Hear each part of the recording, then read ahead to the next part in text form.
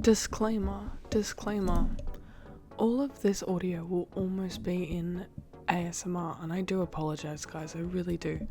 But when I first recorded this audio, the file seemed fine, I edited it all, and then I went to export it and it said audio files incorrect. Or like failed or something. And I physically cannot find a way to fix it.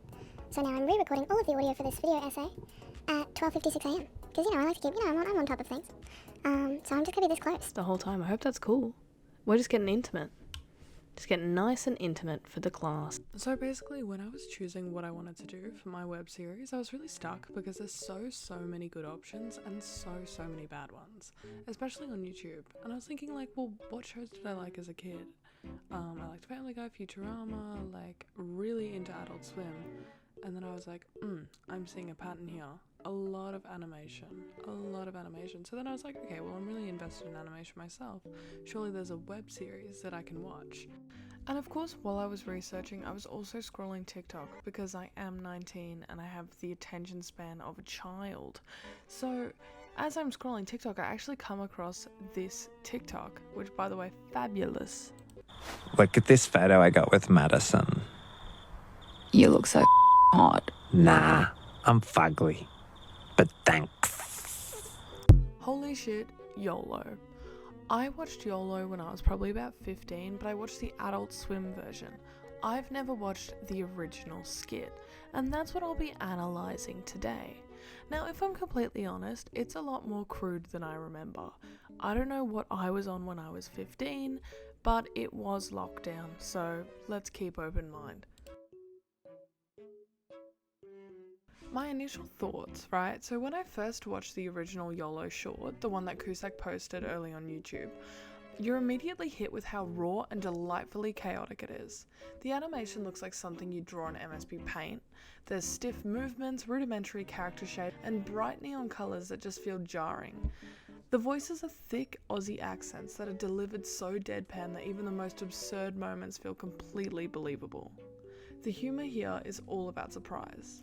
One scene you're chatting about the night out, the next scene someone is exploding or morphing into something grotesque, and nothing about that surprise is explained. It's just that kind of gross out, surreal humour that bonds absurdity with calm delivery, making it funny on a molecular level. The story starts ordinarily, two girls wanting fun, aka going to the clubs. Then it slides into madness, bizarre creatures, wild transformations, chaos, and then it just kind of like ends. Like, it kind of has a wrap-up joke, like it's got those, the guy from the club, he's back, but like, the other dude just like Loki, what? But like, you know what I mean? The style. YOLO sits firmly in the genre of surreal, internet-era animation, an Australian absurdist comedy. The style is heavily influenced by early 2000 Flash cartoons and Newground animations, where crude visuals, chaotic pacing, and random shock humour were a core part of the experience. You can really see the history in the way that Cusack deliberately uses rough, low-budget 2D animation, bright clashing colours, and abrupt jump cuts to create a sense of total unpredictability. Typical of this style, the comedy relies less on clever dialogue and more on pure absurdism. Random body horror, sudden explosions, gross imagery, meme-like repetition, and characters who respond deadpan to even the most horrific events. Technically, the short is presented like a lo-fi YouTube cartoon. Flat static backgrounds, simple character rigs, and deliberately stiff movements. Combined with the thick Australian voice acting and the harsh sound effects, the overall effect makes the viewer feel like they're watching a chaotic fever dream, which is, I think, exactly what he was aiming for.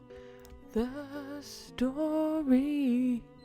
Did you love that? Anyways, the world of YOLO is basically just a warped version of everyday Australian life. Like, it starts off pretty grounded, like two young women, they want to go out, have a good night, but then it like really quickly just spins into a completely different surreal universe, where like anything can happen. But low-key, like through so many of the scenes, it just totally makes sense to me.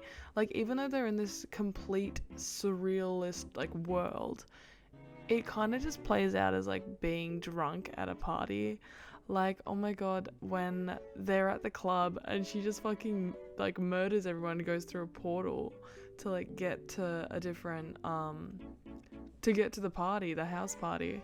I was like, yeah, that's kind of how it feels. Like, you're a bit blackout drunk, you just appear at a different location. Like, the two main characters, Rachel and Sarah, are essentially exaggerated stereotypes of Aussie party girls.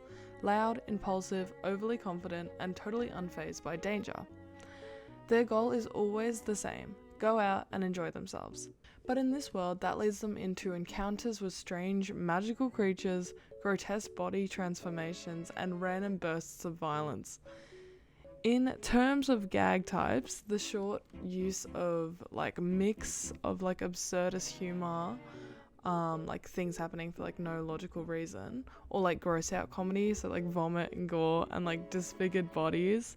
Always their reactions, like they're always quite deadpan, like it's like they don't even acknowledge it. And it's kind of like when there's a junkie on the train and you just like, you don't look at it. Them. It's like a parody of Australian culture. Like the dialogue, the slang, the exaggerated behavior, obviously the bogan energy. It's like that small town, like, and I think that's something that Michael Cusack, I'm so bad at saying the last name, is like so good at, because he's grown up in that kind of like small town. Rather than following the traditional story arc with a clear resolution, the short usually just reaches its peak of ridiculousness and then just like abruptly ends. Cusack is best known for creating weird, surreal online animations, and YOLO is a great example of his signature style. Before this short, he was already making cult cartoons like Bushwood Adventures and Damo and Darren, all of which use the same deliberately rough animation and absurd Australian humour. In YOLO, that approach works really well, because it creates a totally unpredictable viewing experience. The comedy doesn't rely on clever punchlines, but the fact that you genuinely have no idea what's going to happen next. It's clearly aimed at online viewers who grew up with Newgrounds, Adult Swim, and meme culture. I'd argue it's successful because it embraces the chaotic, unpolished energy instead of trying to tone it down. A lot of audios from the short has started trending on TikTok recently, which has introduced the series to an even younger audience and helped it gain a whole new wave of popularity. In fact, the online success of the short is eventually what led Adult Swim to commission a full TV series, showing how this style of internet comedy is influencing mainstream animation.